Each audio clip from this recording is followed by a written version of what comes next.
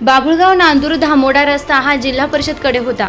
महाराष्ट्र राज्याचे अन्न आणि नागरी पुरवठा मंत्री नामदार छगनरावजी भुजबळ साहेब यांच्या सततच्या पाठपुराव्यामुळे हा रस्ता दर्जनत होऊन स्टेट हायवेमध्ये रूपांतर करण्यात आला आहे। सदर रस्त्यावर नामदार भुजबळ साहेबांनी 3 कोटी रुपये मंजूर करून संपूर्ण रस्ता नवीन करण्याची मान्यता देण्यात आली आहे। आज या रस्त्याचं काम चालू करण्यात आलं असून सदर रस्त्यावर नामदार भुजबळ साहेबांनी 3 कोटी रुपयांचा रस्ता नवीन करण्याची मान्यता देण्यात आली आहे। आज या रस्त्याचं प्रत्यक्षात काम चालू करण्यात आलंय। नांदूर आणि धामोड्याच्या ग्रामस्थांनी साहेबांचे आभार व्यक्त करण्यात आले।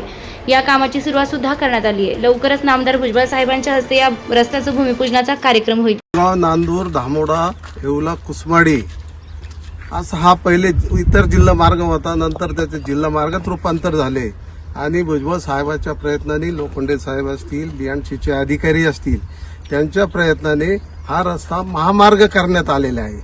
हा उपेक्षित रस्ता होता आणि आमची 5-6 वर्षापासून सतत मागणी होती की हा रस्ता झाला पाहिजे।